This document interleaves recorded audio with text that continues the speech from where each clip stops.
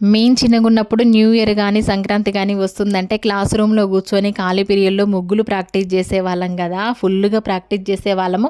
ఒక బుక్కే మెయింటైన్ చేసేవాళ్ళము ముగ్గుల కోసమైతే. నిజంగా అండి రేపు న్యూ ఇయర్ ఉందనంగా ఈరోజు నైటే అమ్మలతోటి అలుకులు జల్లించుకొని మంచిగా ముగ్గులు స్టార్ట్ చేసినామంటే నైట్ 10 గంటలకి తెల్లవారుజామున అయిపోయేది మా ముగ్గులు అయిపోయేసరికి.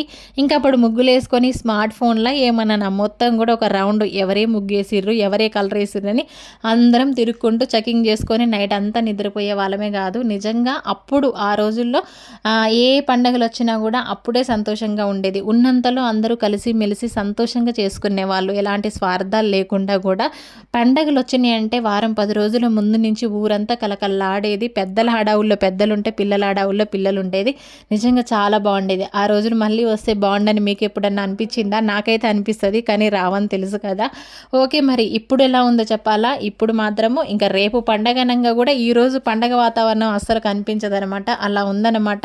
అప్పటికి ఇప్పటికి తేడా ఏంటో అర్థం కాలేదు. మారుతున్న కాలము, మారుతున్న మనుషులో ఏం అర్థమైతే అయితలేదు నాకు. సరే ఏదేమైనా ఆ రోజులు అప్పుడప్పుడు మనకు మంచి మెమోరీస్ గుర్తు చేసుకుంటే మనసుకి ఆ కాసేపు హ్యాపీగా అనిపిస్తది.